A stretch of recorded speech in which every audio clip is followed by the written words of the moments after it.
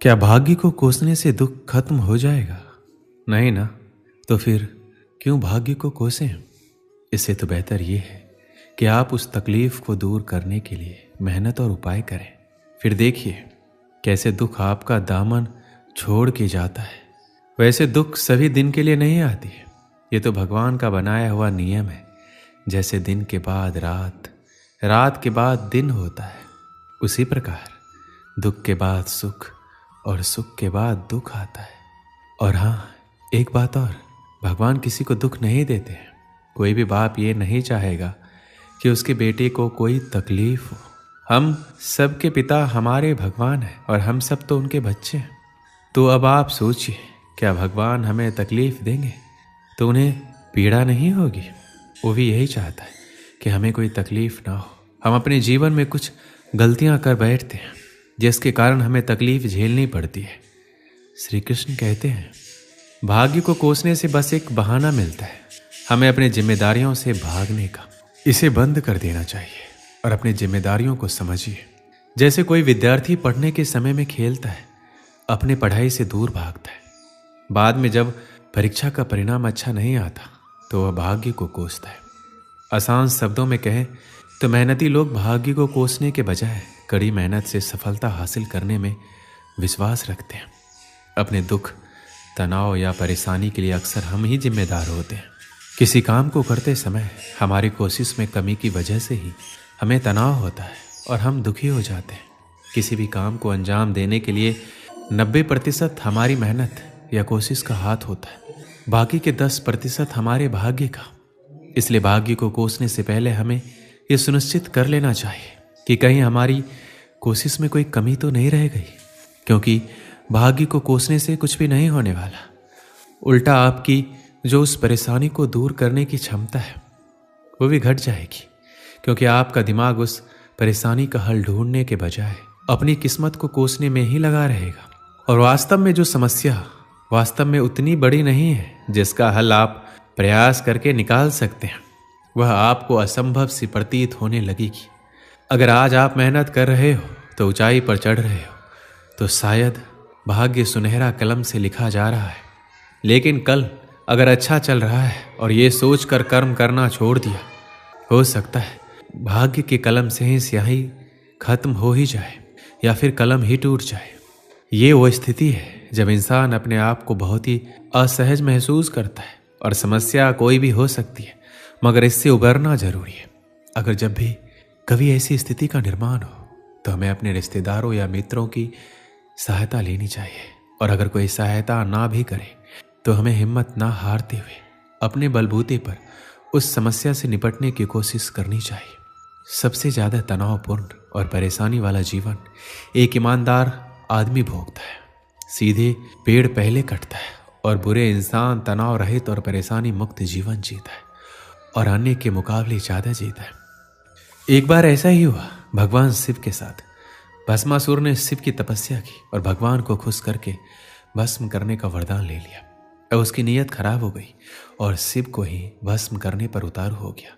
धरती के सबसे शक्तिशाली भगवान शिव के पीछे पीछे अब भस्मासुर भागने लगा और एक गुफा में घुस गया। जब ये खबर विष्णु जी को लगी तो वो दौड़े चले आए। भस्मासुर शिव को भस्म कर मां पार्वती को पाना चाहता था, तो विष्णु जी ने मोहिनी रूप लेकर एक स्थान पर नृत्य करने लगे। भस्मासुर ने सुंदर कामुक मोहिनी को देखा तो वहां पर उस मोहिनी के मोह में उलझ गया। मोहिनी बोली, मुझे तुमसे कोई ऐतराज नहीं है, बस मेरे साथ नृत्य करो और मुझे जीत लो। भस्मासुर तुरंत राजी हो गया, मोहिनी की तरह नृत्य करने लगा। मोहिनी की देखा देखी उसने भी अपने सर पर हाथ रख लिया और भगवान शिव के वरदान के अनुसार वह भस्म हो गया। इससे हमें यही पता चलता है कि शुभ चिंतक या मित्र चाहने वाले कोई तो होगा जो आपकी स्थिति को बदल देगा या भगवान भेज देगा। ऐसा बहुत बार हुआ है जब किसी अनजान शक्ति ने लोगों की सहायता की है। इसलिए आप हौसला ना खोएं, खुद पर विश्वास करें और मेहनत से पीछे ना हटें। सहारा तो रोशनी का बड़ा होता है अंधेरी रात में। भगवान पर भरोसा रखें और भाग्य को ना कोसें। जीवन में परेशानियां आना आम बात है, ये हमारे सोचे हुए चित्त की निशानी है। अगर आप स्वयं को जान जाते हैं तो कोई भी परेशानी आने की बात छोड़ो, आपको देख भी नहीं सकते। स्वयं को जानने के लिए समय निकालिए, मतलब अपने आत्मा को जानिए और आपकी सारी परेशानी खत्म हो जाएगी। ऐसा नहीं है, इतनी बड़ी दुनिया में कई तरह की संभावनाएं होती है, जिसे आप भाग्य भी कह सकते हैं। आप किस दिशा या किस जगह पैदा होते हैं यह आप पर निर्भर नहीं। आप स्वस्थ होंगे या बीमारी से ग्रस्त हो जाएंगे यह आपके माता पिता और आपके पालन पोषण पर निर्भर करेगा, आप पर नहीं। आप गरीब पैदा होते हैं या अमीर ये भी आप निर्धारित नहीं करते। जीवन संभावनाओं का बहुत ही बड़ा खेल है, लेकिन जैसे टॉस हारने मात्र से खेल में हार नहीं होती या टॉस जीत लेने से जीत सुनिश्चित नहीं होती, उसी प्रकार गरीब पैदा होने से आप नहीं हारते या अमीर होने का अर्थ ये नहीं कि आप सफल हो ही जाएंगे। अब आप पर निर्भर करेगा कि आप जीवन का खेल कैसे खेलेंगे। एक बार एक सेठ जो कि जीवन भर सिर्फ और सिर्फ पैसा कमाने में लगा हुआ था, बीमार पड़ गया। जितनी भी दवा चिकित्सा की कुछ नहीं हुआ, तो फिर उन्हें उनके पत्नी एक साधु के पास ले गए। साधु उनको देखकर चिंतित हो गए। सेठ पूछे, क्या हुआ महाराज, कैसे ठीक होगी तबीयत? साधु बोले, आपका जीवन सिर्फ 6 महीने का है, उसके बाद मृत्यु योग है।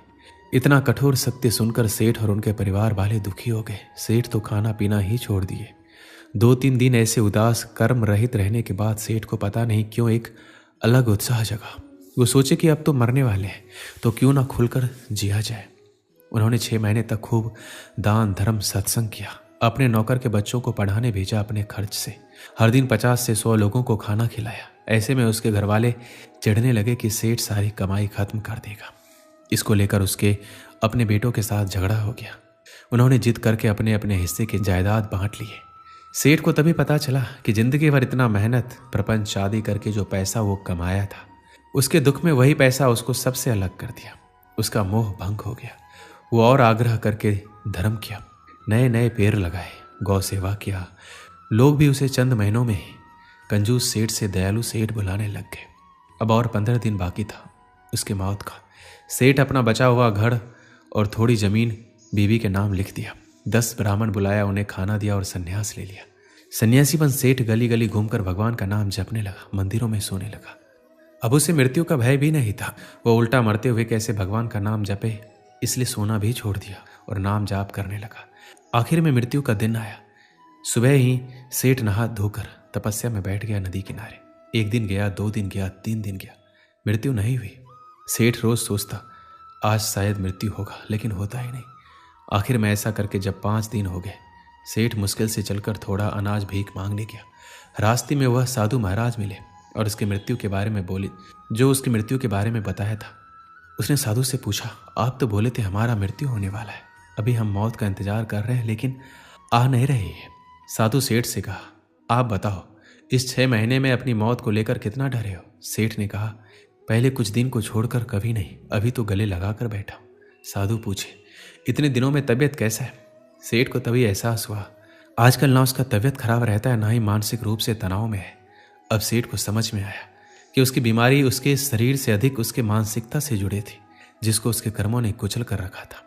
अब सेठ सहर्ष साधु का चरण स्पर्श किया और उनका शिष्य बनकर बाकी जिंदगी शांति से बिताया।